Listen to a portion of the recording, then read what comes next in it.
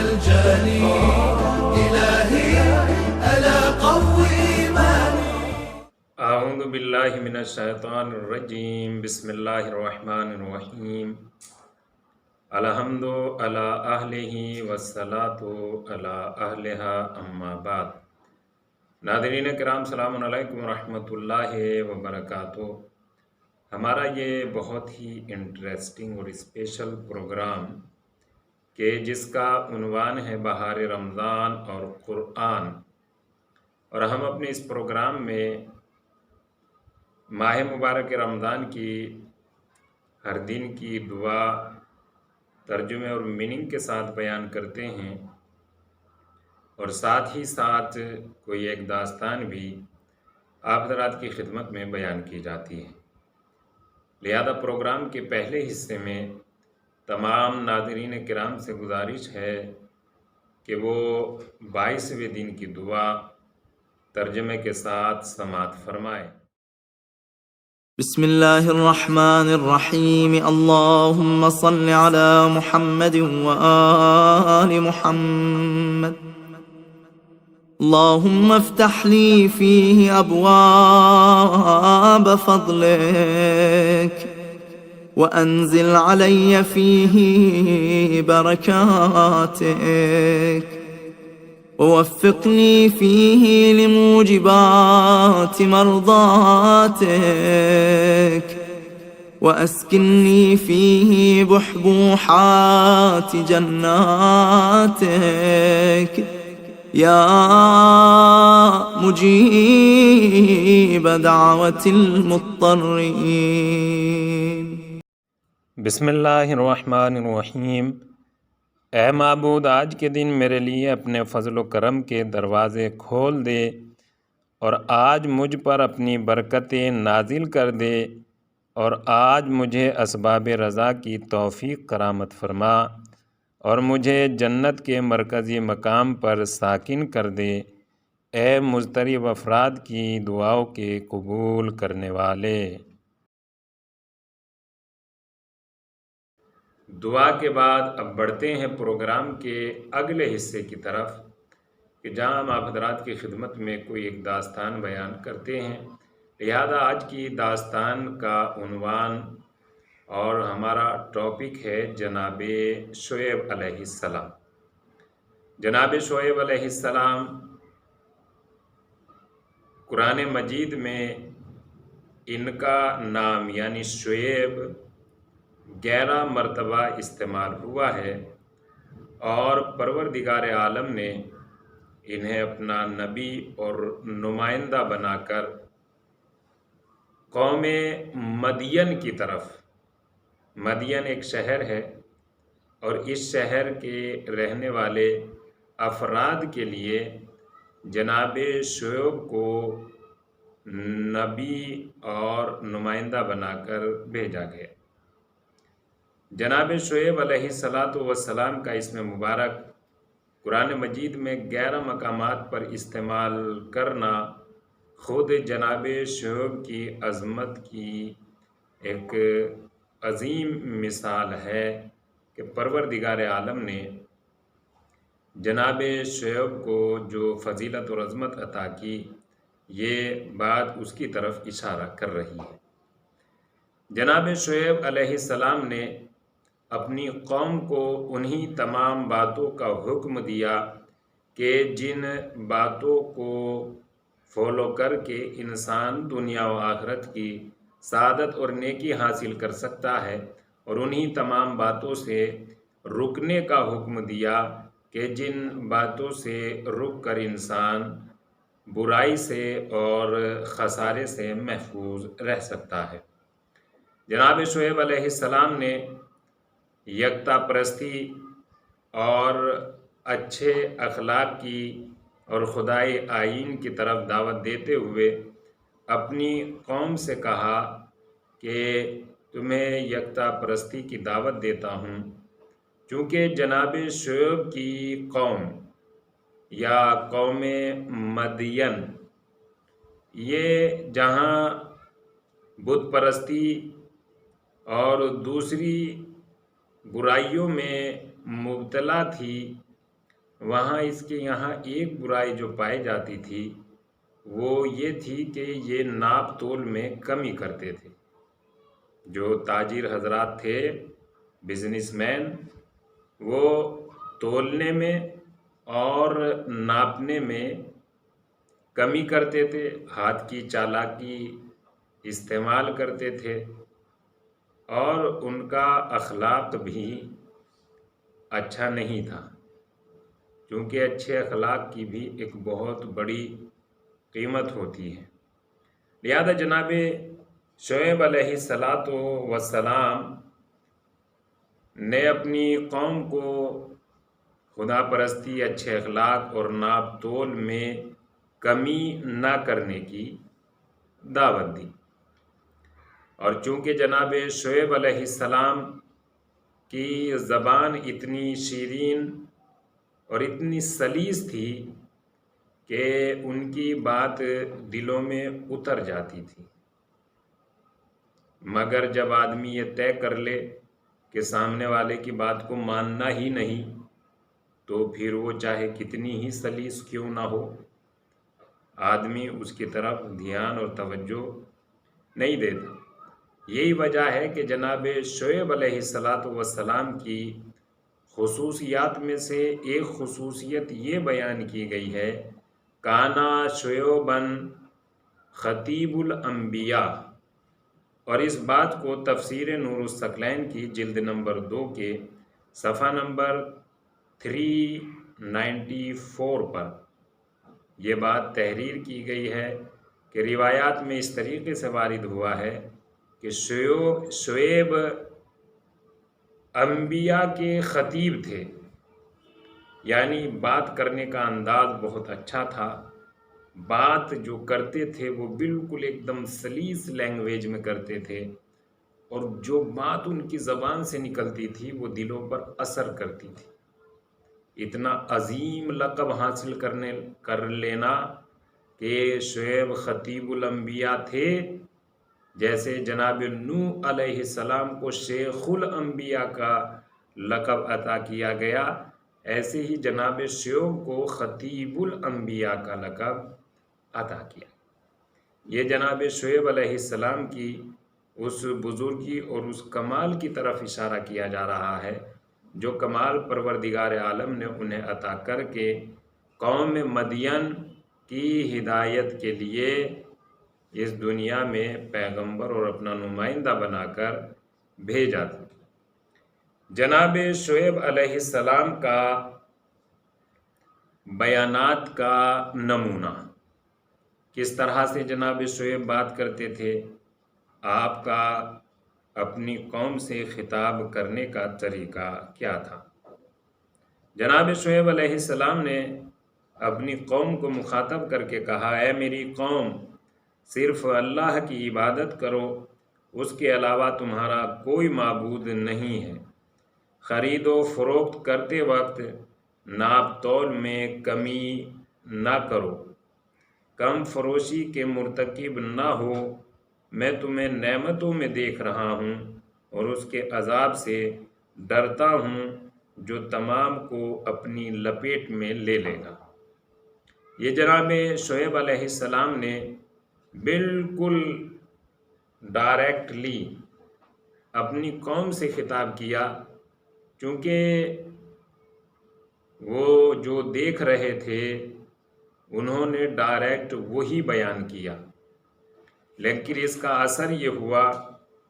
کہ قوم شعیب یا مدین کے افراد بجائے اس کے کہ حضرت شعیب علیہ السلام کی محبت آمیز اور منطقی دعوت کو قبول کرتی، اپنی دنیا و آخرت کی سعادت کے لیے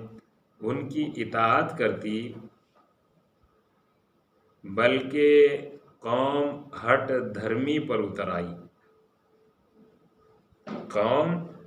ہٹ دھرمی پر اتر آئی اور ہٹ دھرمی پر اتر آنے کے بعد انتہائی گستاخی اور بے پرواہی کا مظاہرہ کیا اور ان کے مقابلے میں کھڑے ہو گئے، حتیٰ کہ انہیں جاہل، بیوقوف اور کم عقل کہنے لگے۔ یہ ایسا ہی ہوتا ہے ایسا کیوں ہوتا ہے؟ اس لیے کہ اگر کوئی بات سامنے والے کی عقل کے لیول سے اوپر کہی جائے گی تو وہ اسے ماننے سے انکار کرے گا، اور ماننے سے انکار کرنے کے ساتھ ساتھ وہ سامنے والے ہی کو بے عقلا اور بیوقوف قرار دے گا۔ لہذا یہ اکثر انبیاء علیہم السلام کے حالات زندگی میں دیکھنے میں آیا ہے کہ قوم نے اپنے نبیوں کی بات کو نہیں مانا، اور نہ یہ کہ صرف بات کو نہیں مانا بلکہ ان پہ بے عقلی کا، جنون کا یا اس طرح کے الزامات لگائے گئے۔ جناب شعیب علیہ السلام نے ان تمام باتوں کے بعد بھی اپنی اس ذمہ داری اور اس ڈیوٹی کو جاری و ساری رکھا، چونکہ جنہیں پروردگار عالم نے اس کام کا ذمہ دار، ہادی اور نبی بنا کر بھیجا تھا، وہ اپنی ذمہ داری سے سبکدوش نہیں ہو سکتے۔ لہذا حتی الامکان جناب شعیب علیہ السلام نے اپنی قوم کی ہدایت کی، مگر قوم ہٹ دھرمی پر اتر آئی۔ تو لہذا اس چھوٹی سی داستان سے یا جناب شعیب علیہ السلام کے متعلق جو باتیں بیان کی گئی ہیں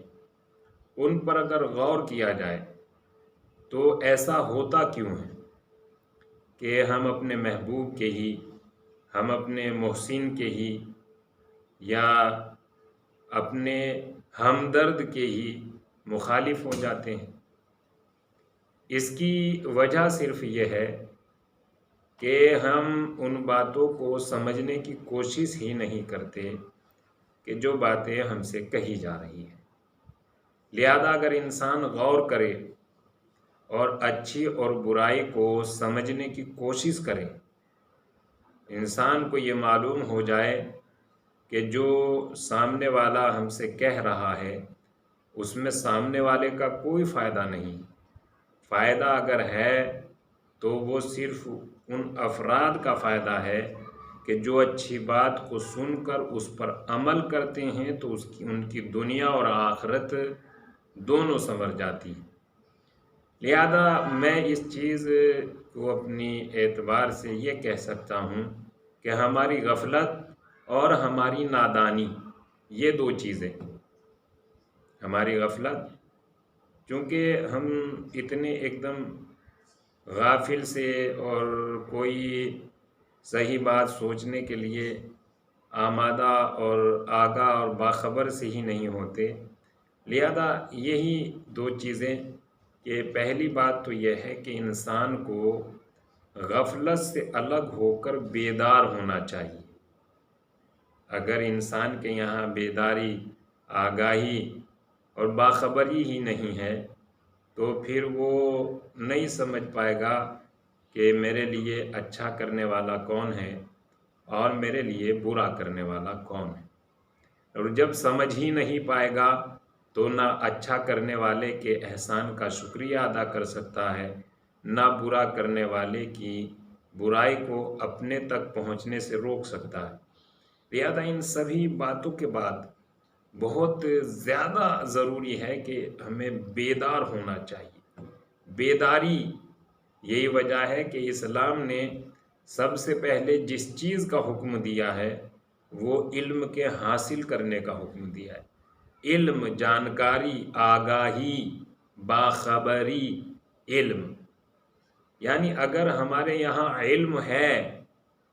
تو ہم اسلام کے بھی احکام پر اچھے سے عمل کر سکتے ہیں۔ پوری کائنات میں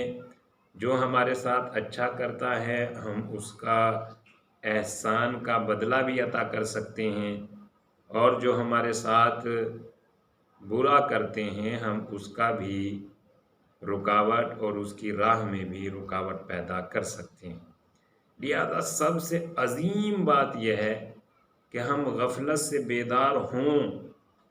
ہم سمجھیں کہ ہمارے ساتھ ہو کیا رہا۔ آج کے یہ حالات جنہیں پوری دنیا جن سے جھوجھ رہی ہے، ان حالات سے اپنے آپ کو کیسے محفوظ رکھا جائے اور کس طرح سے اپنے پورے معاشرے کو بچایا جائے، یہ ہمیں علم ہی بتا سکتا ہے۔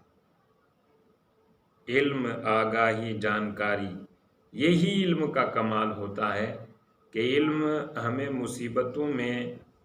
پھنسنے سے بچا لیتا ہے، ہمیں پریشانیوں سے راحت کی زندگی عطا کرتا ہے، ہمیں غفلت سے نکال کر باخبری، آگاہی کی زندگی عطا کرتا ہے۔ یہی وجہ ہے کہ جب علم آ جاتا ہے تو انسان نبی الہی کے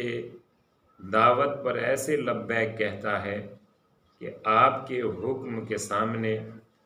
عمل پر، احکام پر عمل کرنے کی تو بات ہی کیا ہے، اگر آپ حکم دیں تو ہم اپنی زندگی بھی آپ کے حکم کے سامنے قربان کرنے کے لیے تیار ہیں۔ لہذا یہ بیداری، یہ آگاہی کہ